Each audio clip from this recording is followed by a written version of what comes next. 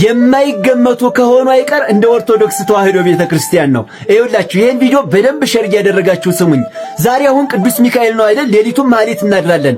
እናም ላልገባቸው ለመናፍቃኑ የሚመስላቸው ሌሊቱን ሙሉ ቅዱስ ሚካኤልን ብቻ ስናመሰግን የምናድር ነው የሚመስላቸው።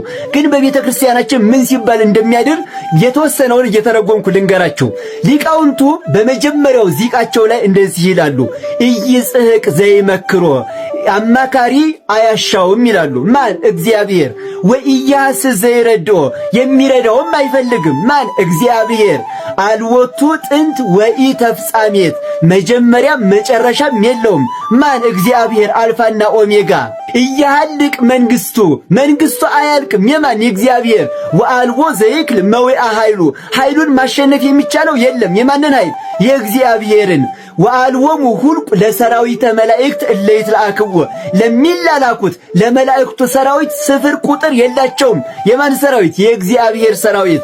አንተ ውእቱ አቡሃ ለጥበብ ገባሬ ኩሉ ፍጥረት ወገባሬሃ ለሕግ። እግዚአብሔር ሆይ የጥበብ መጀመሪያ ፍጥረታትን ሁሉ የፈጠርክ ሕግን የሰራህ እግዚአብሔር ሆይ አንተ ነህ ይሉታል። ይቀጥሉና ወደ መካከል አካባቢ ባለው ዚቃቸው ላይ ደግሞ ሃሌሉያ ሃሌሉያ አቢተነ በመድኃኒትከ ቅድመ ዓለም የነበርክ ዛሬም ያለህ ዓለምን አሳልፈህ የምትኖር እግዚአብሔር ሆይ በመድኃኒትህ አሳድረን ይሉታል። ይቀጥሉና ጸግወነ ንጸውዕ ስመከ ስምህን በምስጋና እንድንጠራ ፍቀድልን አድለን። ኖላዊነ ኄር ትጉህ ዘይትነውም ሰላመከ ሀበነ የማታንቀላፋ ቸሩ እረኛችን ሆይ ሰላምህን ስጠን ይሉታል። ይሄ ቸር እረኛ ማን ነው? በዮሐንስ ወንጌል ምዕራፍ 10 ቁጥር 11 ላይ አነ ውእቱ ኖላዊ ኄር ቸር እረኛ እኔ ነኝ ያለው ኢየሱስ ክርስቶስ ነው። ማን ሊሆን ይችላል? የዚች እንደ ለማንም የማትገመተው የኢትዮጵያ ኦርቶዶክስ ተዋሕዶ ቤተክርስቲያን ልጆች ያደረገን ማን ይመስገን? እግዚአብሔር ይመስገን። እስኪ ሁላችሁም ኮሜንት ላይ እግዚአብሔር ይመስገን እያላችሁ ጻፉ። የተዋሕዶ ልጅ ያደረገኝ እግዚአብሔር ይመስገን እያላችሁ ኮሜንት ላይ ጻፉ። ይሄን ቪዲዮ ለኦርቶዶክሳውያን በደንብ ሼርና ኮፒ ሊንክ ላይክ ሪፖስት እያደረጋችሁ አድርሱላቸው። ቤቱን ፎሎ አድርጉ። እወዳችኋለሁ። ክብር በሉልኝ። ካገኘው ሰይጣንንም ካገኘው እሺ ካለው ቢሰራ አንተ ምን አገባ? አያሌው መንበራ ቀንጭራ ምን አገባ? እነ መሳፍንት ባዘዘው እሸቱ ገጠሬ ምን አገባችሁ? ማንም ምንም አያገባው።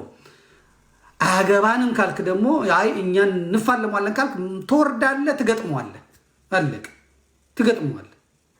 በቃል አይሰማህም፣ ትወርድና ትገጥመዋለህ። አይቻልም። እኛ እንደዚህ አንሰራም ካልክ ማለት ነው። ግን መሬት ላይ የወረዱት ሰዎች ችግራቸውን የሚያውቁት እነሱ ናቸው።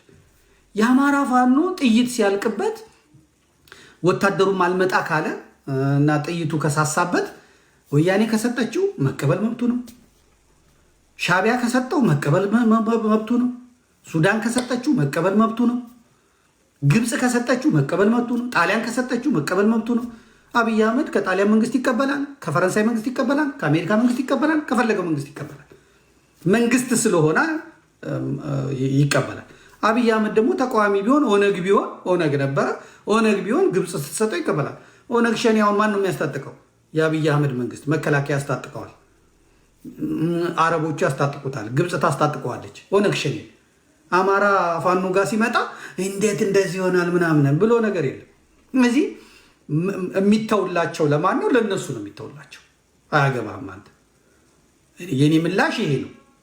ወያኔን ትወደዋለህ ወይ? በፍጹም በአፍንጫዬ ለምን ሞቼ የማረሳው ኢትዮጵያን ለዚህ ምስቅልቅል ያወጣት ወያኔ ነው ብዬ ነው ማስበው። ከትግራይ ህዝብ ጋር መስራት ይቻላል። በምን? በይቅርታ በመነጋገር ያለፈውን ቁርሾ በመተው ህዝብ ለህዝብ ግንኙነት በማድረግ ይሄ ህዝብ ለህዝብ አይታረቅም። ትግሬ ማለት እንዲህ ነው፣ ኦሮሞ ማለት እንዲህ ነው አይባልም። ህዝብ ለህዝብ ህዝቡን መጀመሪያ ያጣሉት ቁርሾ ደም ያቃቡት ፖለቲከኞቹ ናቸው። ስለዚህ የአማራ ብአዴን የትግሬው ወያኔ ሁለቱን ታስወግድና ህዝብ ለህዝብ ተገናኝተ መጀመሪያም ህዝብ ለህዝብ ጸበኛ አይደለም። ተጋብቶ ተዋልዶ የኖረ ነው። ተዛምዶ የኖረ ነው። በአንድ መቅደስ በአንድ መስጊድ የሚሰግድ የሚያስቀድስ ህዝብ ነው። ህዝብ ከህዝብ ተጣልቶ አያውቅም። ፖለቲከኞቹ ለግል ጥቅማቸው ሲሉ ለግል ፍላጎታቸው ሲሉ ህዝብን እንደ ካርታ መጫወቻ አድርገው ተጠቅመውበታል። አሁን በኢትዮጵያ ውስጥ ያለው የኦሮሞ መንግስት ነው አለቀ። የኦሮሞ ህዝብ ግን ተጠቅሟል አልተጠቀምም? የኦሮሞ ህዝብ በኦሮሞ መንግስት በድሮን እየነደደ ነው፣ በወታደሩ እየነደደ ነው፣ እየተገደለ ነው። ኦሮሞ የሆኑ ኦሮሞዎች ግን የኢትዮጵያ መንግስት ይዘው የኦሮሞ መንግስት መስርተው ኢኮኖሚውን፣ ሀብቱን፣ ወታደሩን፣ ባንኩን ተቆጣጥረው እየደለቡ ነው። ይህንን ሁሉ የኦሮሞ ህዝብ ተጠቅሟል አልተጠቀምም? በትግሬም ጊዜ እንደዚሁ የትግሬ ጥቂት ባለስልጣናት አሉ። እነሱ የራሳቸውን ኢምፓየር መስርተዋል። ምስኪኑ የትግሬ ህዝብ ግን አፈር ገፊ ነበር። በሴፍቲኔት ነበር የሚኖረው። ድንጋይ እየካበ ዘይት እየተሰፈረለት ዱቄት እየተሰፈረለት ነበር የሚኖረው። እከኩን እያከከ ባዶ ሆዱን ጦሙን ነው የሚሄደው፣ ባዶ እግሩን ነው የሚሄደው። በቃ የትግሬ ህዝብ ቅጭጭ ያለ ድርቅ ያለ አቀንጭራ ሆኖ የሚሄደው የተመጣጠነ ምግብ ስለማያገኝ፣ የአማራ ገበሬም ድርቅ ያለ ቅንጭር ያለ የተመጣጠነ ምግብ ስለማያገኝ የወፈሩት የሰቡት በዛ በቀነጨረ ህዝብ ላይ የደለቡት በስሙ የነገዱት ሰዎች ናቸው። ይሄ የአቦይ ስብሃት ልጅ ፎቅ ነው። ይሄ የመለስ ዜናዊ ትስንሴ ነው። የመለስ ዜናዊ ሚስት ኡጋንዳ ላይ ኢንቨስተር ናት ምናምን። በትግራይ ህዝብ ስም ነግደው ያመጡት ነው። በትግራይ ህዝብ ስም ነግደው ያመጡት፣ የኢትዮጵያን ዘርፈው ያመጡት ነው። ሲወለዱ እናንተ የተቀባችሁ ናችሁ፣ የተለያችሁ ናችሁ ተብሎ ከሰማይ የወረደላቸው ነገር የለም። ምስኪኖችን አሰልፈው፣ ምስኪኖችን አስገድለው፣ ምስኪኖችን አስጨፍጭፈው መንግስት ሲሆኑ ደግሞ ጥቂቶችን መርጠው የራሳቸውን ሰዎች መርጠው አደልበው የሀገር ገንዘብ ዘርፈው አካብተው ነው የኖሩት። በእነሱ የተነሳ ግን የትግራይ ህዝብ ይወቀሳል። አለቀ። ትግሬ ሆኖ የወያኔ አባል ያልሆነ ሰው አለ። ወያኔ የሆነ ሁሉ ግን ትግሬ ነው። ምናልባት ያ የሞተው አቃጣሪ አማሮች አሉ ምናምን ካልሆኑ በስተቀር ትግሬ ሁሉ ወያኔ አይደለም። ወያኔ የሆነ ሁሉ ግን ትግሬ ነው። ሁሉም ኦሮሞ ኦነግ አይደለም። ሁሉም ኦነግ አይደለም። ሁሉም ኦነግ ግን ኦሮሞ ነው። አለቀ። እዛ ውስጥ አማሮች አሉ፣ ትግሬዎች አሉ። አዎ አሉ። ኦነግ ውስጥ ያሉ ትግሬዎች ከትግራይ በሰፈራ ወለጋ ሄዱ ናቸው። ኦነግ ውስጥ ያሉ አማሮች ደግሞ በጊዜ ቆይታ ምክንያት ማንነታቸውን ቀይረው ኦሮሞ ነን ብለው ራሳቸው እንደ ኦሮሞ የሚቆጥሩ ኦሮማይዝድ የሆኑ ኦሮሞዎች ናቸው ማለት ነው።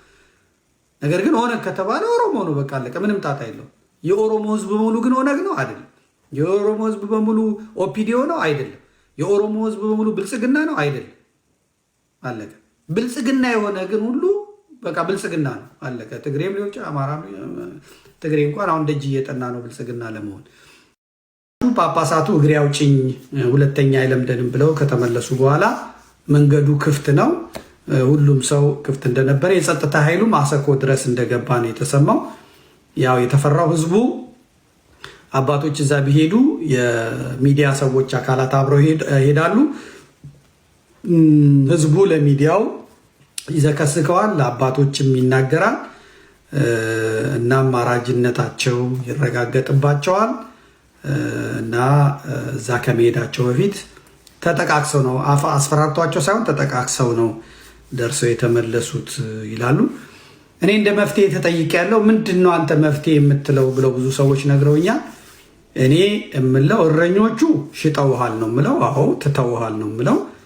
እና ሳንቲሙን ያዝ አድርጉት እና ብትታጠቁበት፣ ብትሰለጥኑበት፣ ብትረዳዱበት፣ ታጥቃችሁ ብትመክቱ፣ ገዳዮቻችሁ ሲመጡ ብትመክቱ፣ ራሳችሁን ብትከላከሉ ይሻላል ባይነኝ። ግን የኔ ምክር ብዙ ተቀባይነት የለውም። በዚህ ዘመን አስፈላጊ አይደለም። በዚህ ዘመን አስፈላጊ አይደለም። እኔ ግን አጀንዳዬን አልቀይርም። የዛሬው የአሰኮ ጉዞ ይሄን ይመስል ነበረ። ሌላ የመጡ አጀንዳዎች አሉ። እነዚህ አጀንዳዎች ብዙም አይመለከቱኝም። ወሃቢ የእስልምና ተሐድሶ ማለት ነው። የእስልምና ጴንጤ ማለት ነው ወሃቢ ማለት። እነሱ ከመጡ በኋላ ነው እንጂ እስልምና በራሱ የተከበረ ሆኖ ራሱ አማኞቹ እያመኑት ምናምን የሚኖር እምነት ነው። ይሄ ወሃቢው ከመጣ በኋላ ግን እንደ ጴንጤ ነው የሚያደርገው። እንደዚህ እንደ ተሐድሶ ስለሚያደርገው አዋቂ ነው የሚለው ያው እየወጡ የፈለጉትን ነገር ይናገራሉ። ያው እንትን አሉ። ይሄ እፎይ የሚባለው ሰው ደግሞ እግዚአብሔር መቼም ሲጣላ ልምጫ አይቆርጥም ይባላል። አያማካክርም፣ ማንንም አያማክርም፣ ብድግ ነው የሚያደርገው።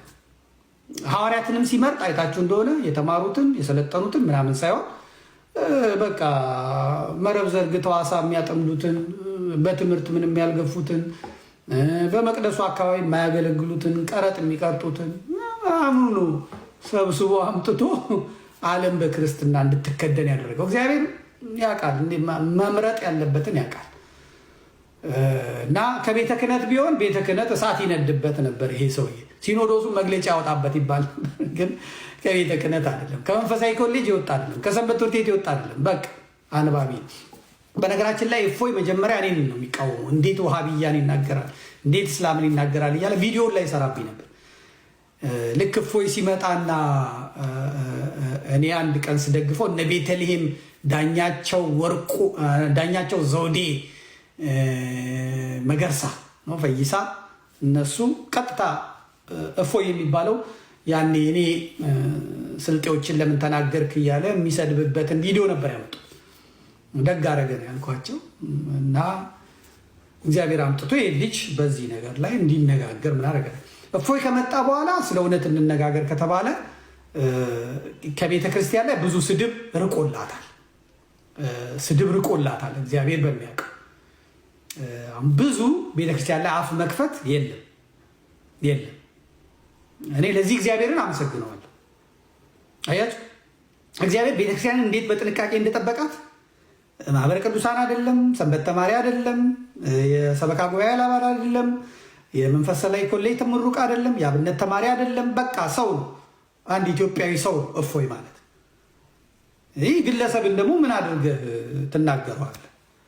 እና እሱ ደግሞ የሚያደርገው አሁን በዚህ በሁሱና በእፎይ ክርክር በጣም የተበሳጩት ጴንጤዎቹ ናቸው። የጴንጤዎቹን ገጽ እያየው ነበር።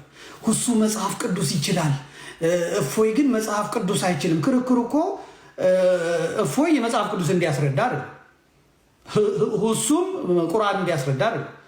ሁሱ መጽሐፍ ቅዱስን አውቃለሁ የእናንተ መጽሐፍ እንዲህ አይነት ስህተት አለው ሊል፣ እፎይ ደግሞ ኖ የእናንተ ቁርአን ነው እንደዚህ አይነት ስህተት ያለው ሊል፣ እሱ ኢየሱስ ክርስቶስ ፍጡር ነው ምንትስዬ ሊል፣ እሱ ደግሞ መሐመድ እንዲህ ነው ሊል፣ በቃል ሳይሆን ሁለቱም መጽሐፍ ቅዱስ እያነበቡ ሊናገሩን የመጡት። ጴንጤዎቹ የኦርቶዶክስን መዋረድ ብቻ ስለሚፈልጉ እሱ ቢያሸንፍና ይሄ ልጅ ቢሆን ልክ ኦርቶዶክስ እንደተሸነፈች ነበር። ኦርቶዶክስ ግን የሚያሸንፋት ነገር የለም፣ የወከለችው የለም፣ የጻፈችው የለም፣ ደብዳቤ ሰጥታ የላከችው የለም። ልጁ እኔ እፎይ ይባላለሁ የምትገጥሙኝ ካላችሁ ክርስትናን ወክዬ ነው የምናገረው ራሴን አንዳንድ ክርስቲያን ነው ብሎ የመጣው ተቋማት ናቸው፣ ኡስታዞች ናቸው እየመጡ የሚሟገቱት ማለት ነው። እና ጴንጤዎቹን ታዘብኳቸው። ስለ እውነት ነው የምነግራቸው፣ በጣም የታዘብኩት። እና ያው እንግዲህ ቀረቡ፣ ተነጋገሩ። የተነጋገሩትም ሁላችሁም አይታችኋል። እና እፎይ ያቋርጣል ብለው ነበረ የፈለጉት። እፎይ ቴክኒኩንም ታክቲኩንም በጣም ነው የገባበት። እሱ ጩጬ ልጅ ነው እና አቅሙ አይደለም። ሌሎች እንደ አቅም አለን የሚሉት ሰዎች ቢመጡ በጣም ጥሩ ነበር። ከእፎይ ጋር የሚመጣጠኑ በእነ እፎይ በኩልም አሉ እነ የዋድ ምናምን ክርስቲያን የሚባሉ ልጆች አሉ። በዚህም በኩል ደግሞ በጣም ረጅም ሰዓት ማውራት መረጃ ማቅረብ የሚችሉ ልጆች አሉ። ይሄ ልጅ ግን ዘሎ ነው የገባው። የንግግራቸው ርዕስ በእግዚአብሔር ፈጣሪነት ላይ ነው። እግዚአብሔር ምንድን ነው? እግዚአብሔር ይላል። ተመልከትነ ጃኒን፣ ተመልከትና አዶናይን፣ ተመልከትነ ጆን ዳንኤልን፣ ተመልከትነ ራቼል፣ ተመልከትነ ማንትስዬን ተመልከታቸው። እናቴ የ13 ሚሊዮን መኪናውን ገዛዋለሁ እሱኛው ነው የሚሻል ምናምን። ስድስት ያክፍል ናት። ስድስት ያክፍል ይሄ አይቆጭህ አይሰማ። ከዛ እነዚህ የስድስተኛ ክፍል ተማሪዎች ሜዳውንም ፈረሱንም ይዘው ይሄው ልጆችህን አደንዝዘው፣ ልጆች ትምህርት አይገባቸው፣ ልጆች ተስፋ የላቸው። ልጆች ቲክቶከር መሆን ያምራቸዋል። ሀገሪቷ የደንቆሮ ሀገሪቷ የመሃይም ሀገሪቷ የነፍሰ በላዎች ሆነች። ሞራል ጠፋ፣ ሃይማኖት ጠፋ፣ የሃይማኖት አባት ጠፋ። በአራዶች ነው፣ በጩሉሌዎች ነው። አለቀ። የቀደሙቱ መሃይም ቢሆኑ ባይማሩ ነገን ብለው አስበው የሚሰሩ ናቸው። የዛሬው ዝረፎ ነው። ምክንያቱም ባሪያ የነበረ ነው። ለጌታው መብራት ሲይዝ የከረመ ነው። ጌታውን ገድሎ ዛሬ ጌታ ሲሆን ምኑ ይብቃው? አለቀ። አሁን ዛሬ እንትና ጽፏል። ማነው ስሙ? ኤክስ ላይ ገብታችሁ ትዊተር ላይ ገብታችሁ የትዊተር ባለቤት የጻፈውን አንቡት። የትዊተር ባለቤት የጻፈውን አንቡት፣ ትገረማላችሁ። የትዊተር ባለቤት ያለውን ማለት ነው።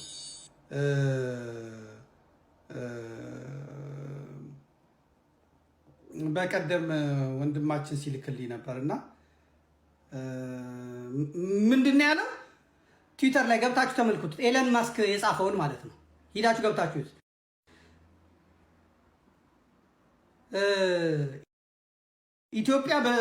ኢትዮጵያ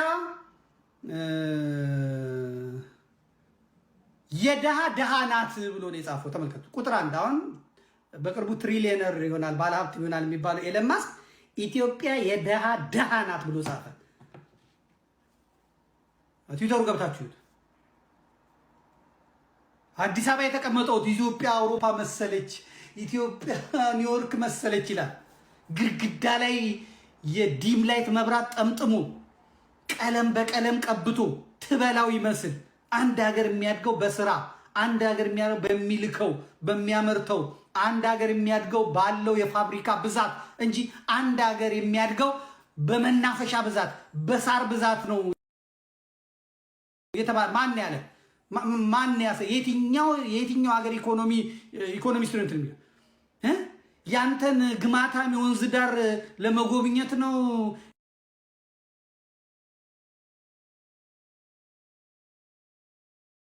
የራይን ወንዝን ጥሎ የምናምንን ወንዝ የሚሲሲፒ ወንዝን ጥሎ ለመምጣት ቱሪስት የሚጋፋው መንግስት ወይ ግደልን በቃ ማለት በቃ እንዲሰችት አድርገህ ህይወታችን እንዲመስቀልቅልቅል አድርገህ ማለት ነው። ህይወታችን ለምን አጨርሰንም? በቃ አንዴ መተነ መሳሪያ ሁላችንንም እንዲህ በቃ የለም በቃ መከራችን አብዝተን መከራችን ከመታበዘው ለምን አገለንም? ለምን ምን አይነት ህይወት ነው እያኖርከን ያለው? ግን ምን አይነት መንግስት ነው የመጣው? ምን አይነት ህግ ነው ያለው? ምን አይነት በቃ ምን አይነት እንዴ ሰርተን መብላት እንኳን አልቻለም ነው ወይ? ሆን ብላችሁ ነው ሆን ብላችሁ ያ ከሲስተም አስወጣችሁ። የት እንሂድ? ሁለት ሀገር የለንም፣ መደበቂያ ሀገር የለንም። ያው ከተማ ልጅ መሄጃ የለኝም እንዴ። ይሄ ባይሆን ደስ ነበር የሚለኝ የህዝቡ ብሶት፣ የአዲስ አበባ ልጅ መታፈንና መረገጡ የመጨረሻው ቀይ መስመር የዚች የእህታችን እንባ ይመስለኛል። ዛሬ ይህንን ቪዲዮ ያላየ ማንም የለም። ነገር ግን ይህን ቪዲዮ ተቀብሎ እንኳን ለመስራትና ድምፅ ለመሆን አሁንም የአዲስ አበባ ልጅ አቅም ሊኖረው አልቻለም። ምክንያቱም ይህንን ተናገርክ ተብሎ መታፈኑ መታሰሩ የማይቀር ነገር። የአዲስ አበባ ልጅ መስራት፣ መንቀሳቀስ፣ ኑሮውን ማሸነፍ በፍጹም ነው ያልቻለው። እያንዳንዱ ቢዝነስ፣ እያንዳንዱ የሥራ ቦታ ላይ፣ እያንዳንዱ እንቅስቃሴ ላይ የአዲስ አበባ ልጅ እጅግ ጫና ውስጥ እንዳለ ግልጽ ነው። ነገር ግን ይሄ እንዳይመጣ አስቀድመን ብዙ ነገር ብለን ነበር። እግዚአብሔር በሚያውቀው ዋጋም ከፍለን ነበረ ይህ እንዳይሆን ማለት ነው። ነገር ግን አብዛኛውን የአዲስ አበባ ልጅ ባለመረዳት ምክንያት ለዚህ ለውጥ ይሁን ነውጥ ለማይታወቅ ነገር እንደ እንቅፋት አድርጎ የቆጠረን ብዙ ሰው ነበር። ይሄም እንዳይፈስ እንዲህ አይነት ሐዘኖች እንዳይመጡ በጋራ እንድንሰራ ይሄንን አዲስ አበባ ጠል የሆነ ስርዓትን እንድንታገል በጣም ብዙ ጥረን ለፍተን ነበረ። መጨረሻችን የሆነው ወይኔ ቤት መበስበስ ብቻ። ዛሬ ግን ቀኑ ደርሶ ራሱ ህዝቡ እንዲህ በአደባባይ ላይ ወጥቶ ብሶቱን መናገር ጀምሯል። ይሄ በጣም አሪፍ ነገር ነው፣ በጣም ቆንጆ ነገር።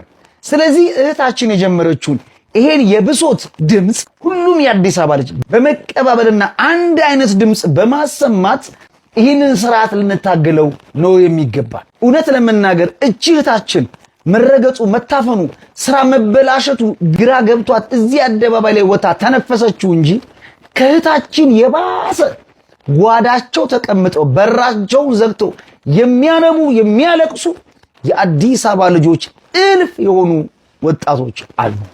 እስከ መቼ ነው እንዲህ እያለቀስን የምንኖረው? ያ የጋራ አንድነታችን መደማመጣችን የት ሄዱ ነው ጋይስ? ስለዚህ አሁንም ቢሆን መሞት አይደለም መፍትሄው፣ መኖር ነው መፍትሄው።